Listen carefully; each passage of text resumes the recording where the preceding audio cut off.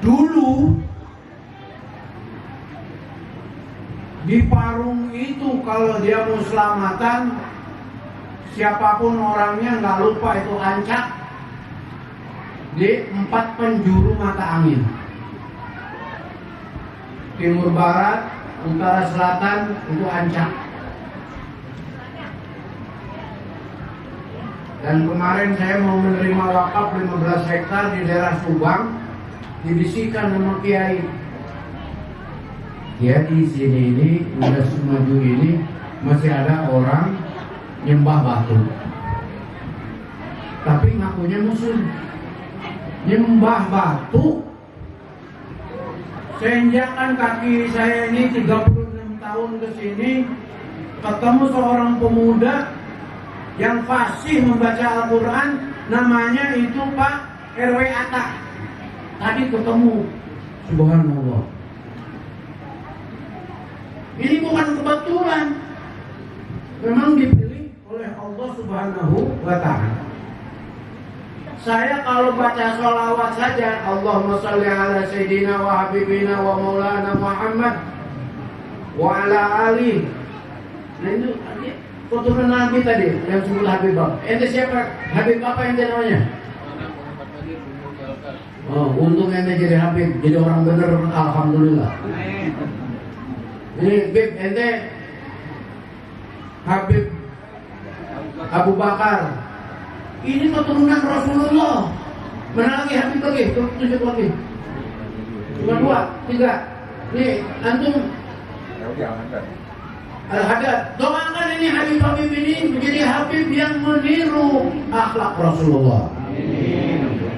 Kan kita jadi untung kalau Habib-Habibnya orang hebat, duitnya banyak,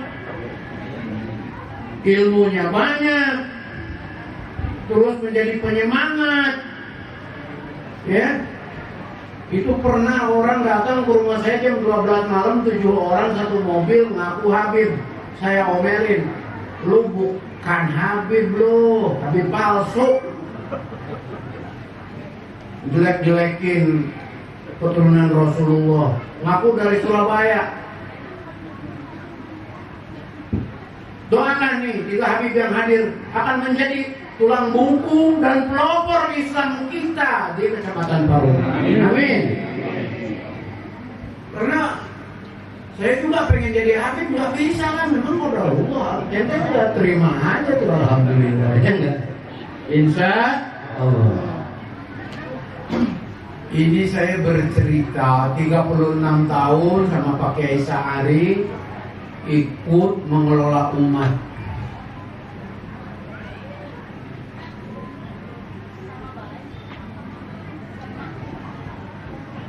Insya Allah kita kumpulan orang-orang beriman semua. Amin. Iman kepada Allah, iman kepada Rasulullah, iman kepada malaikat Allah. Ya kan? Iman kepada qada-qadar. Iman kepada apa? Rukun iman itu ada 6. Siapa yang tahu yang imannya lebih hebat kecuali Allah. Tapi iman kita ini ada turunannya, ibu-ibu. Bu, alhamdulillah.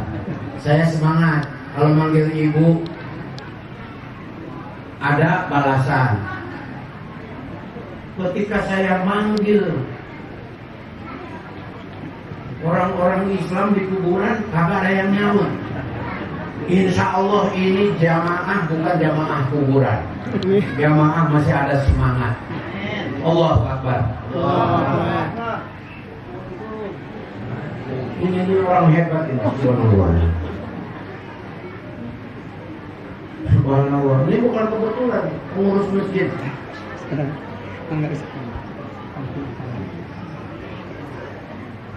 Sehat antum?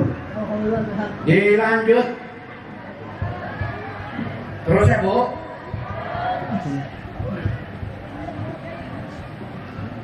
Iman itu tersembunyi.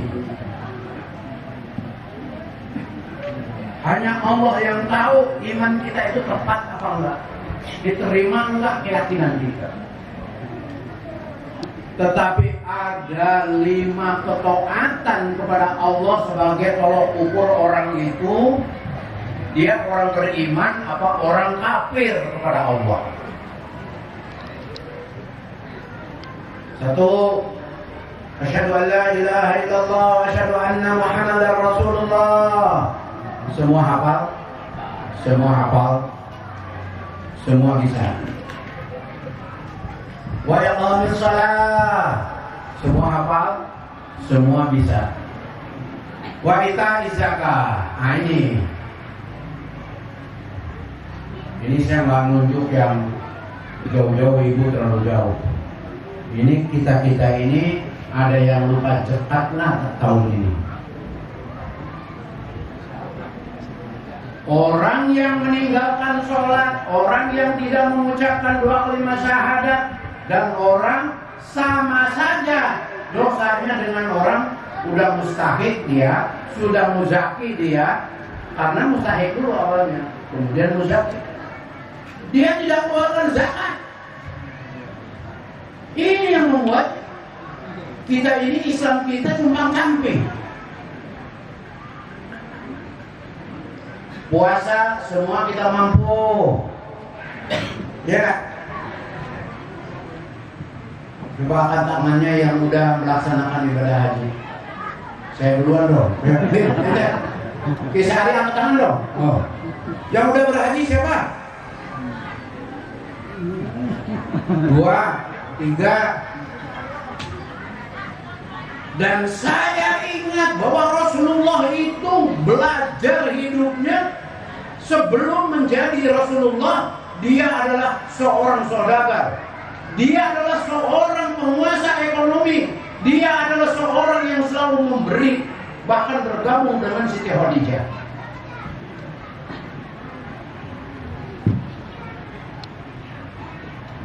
Jadi intinya kebanyakan kita ini orang Islam di Parung itu belum melaksanakan rukun Islam secara kaprah. Urusan zakat dan haji kebanyakan masih jarang ya.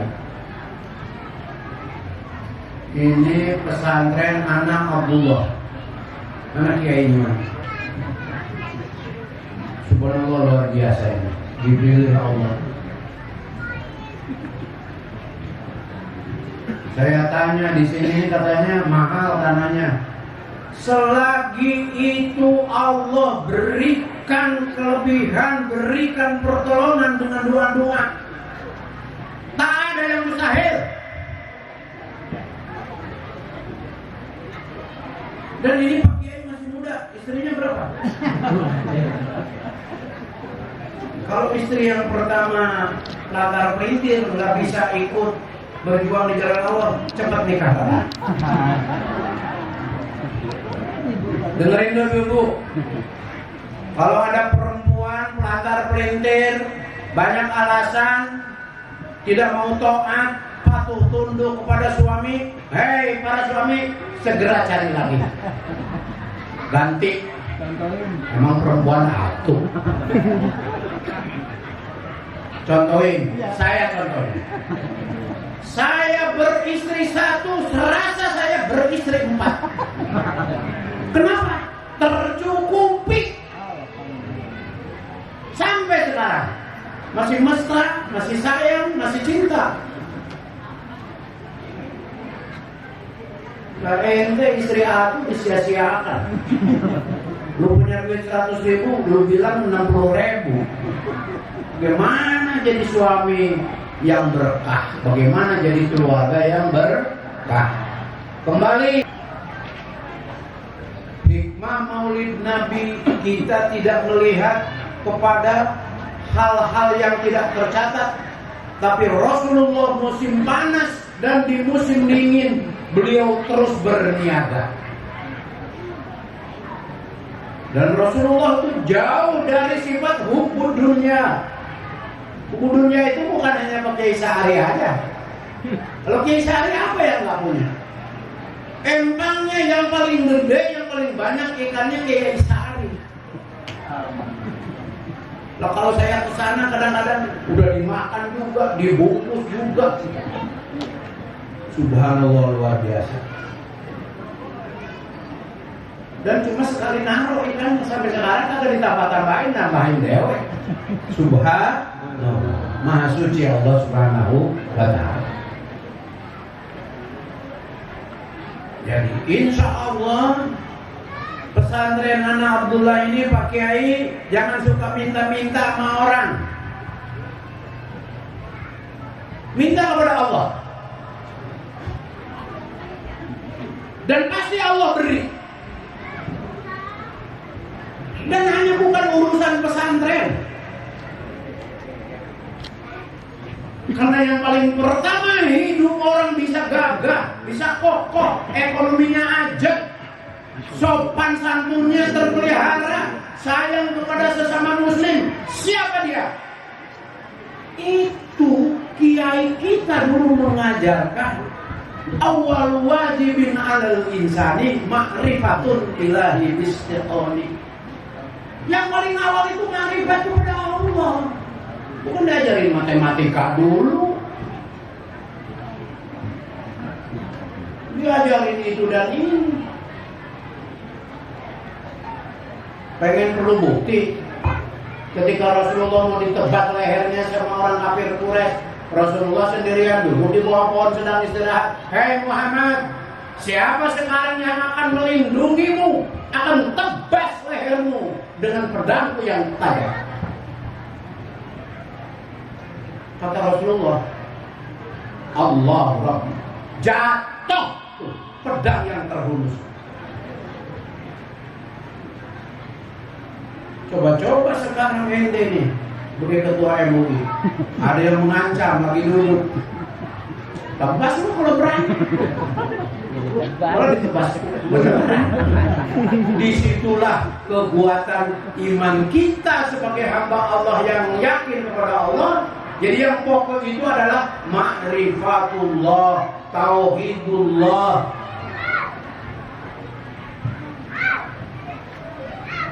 Orang bergerak tanpa iman nol di hadapan Allah. Salat tanpa iman nol di hadapan Allah. Mengeluarkan zakat bukan karena iman nol di hadapan Allah.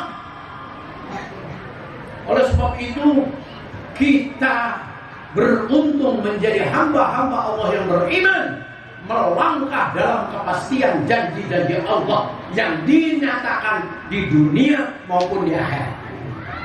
Halo, ibu-ibu, nyambung enggak?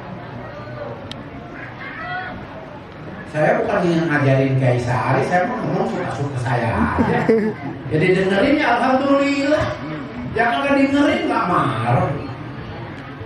Iya nggak? Nah, jadi yang pertama itu apa? Iman. Yakin kepada Allah. Yang kedua apa? Yakin kepada Allah. Yang ke-1000 apa? Yakin kepada Allah. Pantas kita ini hidupnya melarat, miskin, kere, gelandangan, tumpang camping. Karena kita ini masih yakin kepada selain Allah. Katanya sholat, lu pengen naik pangkat datang ke dukun. Ya pantas lu kere.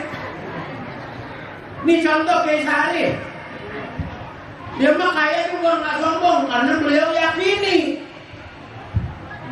yang diberikan kepada Allah itu sekedar titipan, tidak dibawa pun. Udah capek saya, gantian.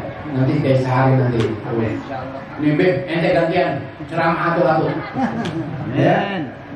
Kalau ente nggak sanggup ceramah lah, keluarin zakat dah 100 juta. Ente perlu apa sekarang di pesantren ini? Hah?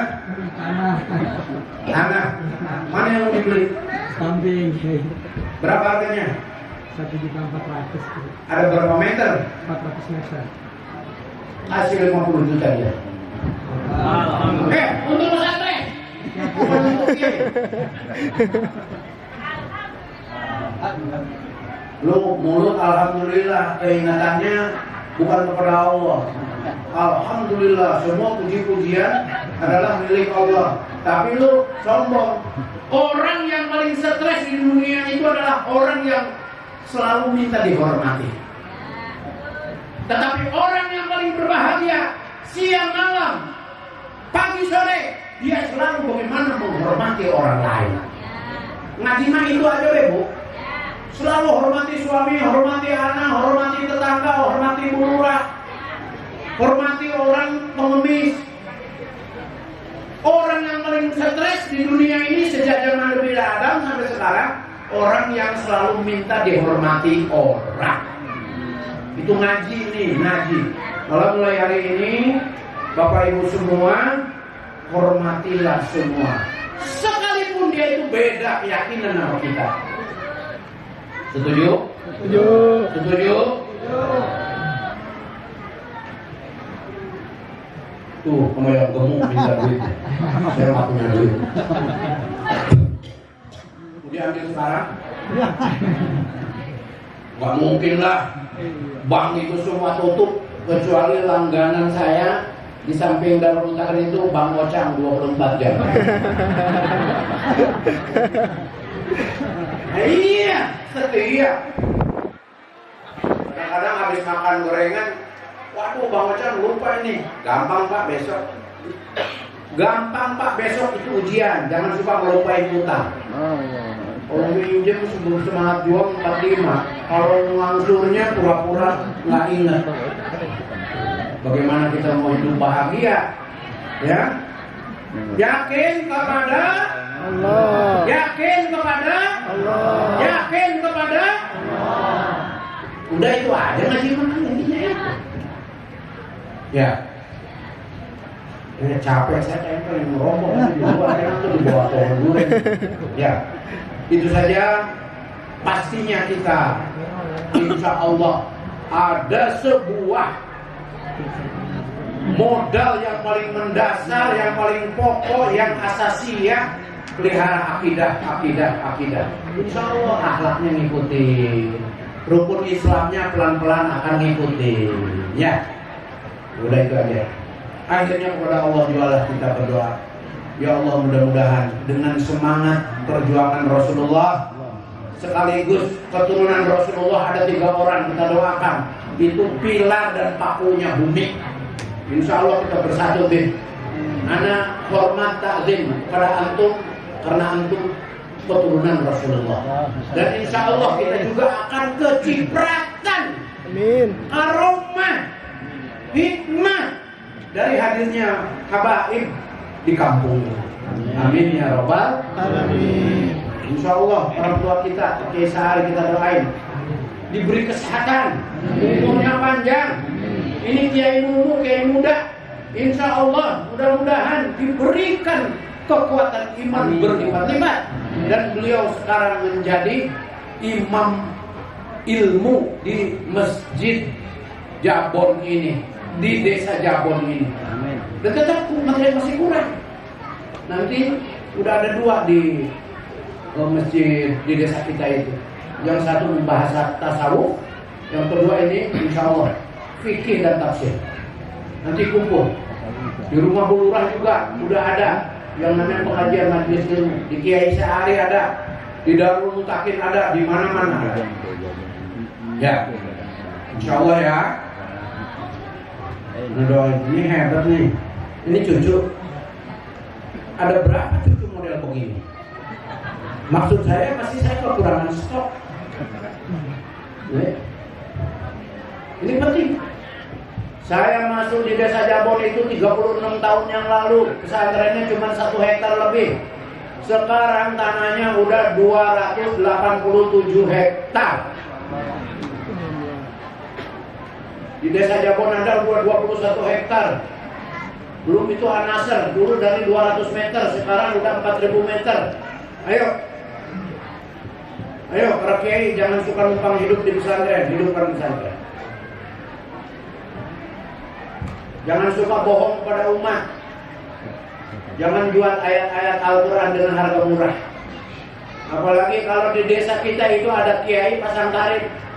Mau diundang 30 juta harus deposit dulu 15 juta. Itu kiai murahan. Kiai murahan ibu-ibu jangan dipanggil di desa kita. Setuju nggak? Ya karena lu kagak punya duit. Kejebak itu. Dan kalau orang punya duit kan niatnya sodako. Pokoknya jangan diundang ke kampung kita mah. Apalagi sampai 100 juta. Mahal. Pantes lu care. Alhamdulillah senang saya dan mohon maaf saya udah lama nggak bisa duduk bareng Kiai. Maafin ya Pak Haji, ente alhamdulillah masih bisa duduk sila ya. Tapi anak udah di atas, tapi semangat nggak kurang. Akhirnya kepada Allah jualah segala urusan kita kembalikan. Salawat, kebahagiaan, kemuliaan tercurah kepada Rasulullah. Mudah-mudahan kita dapat luberannya, dapat keberkahannya, dapat hikmahnya. Akhirul kalam, bila hidayah wa taufiq, wallahul muwaffiq ila aqwamit thoriq, wa akhiru da'wahum alhamdulillahi rabbil alamin. Wassalamualaikum warahmatullahi wabarakatuh.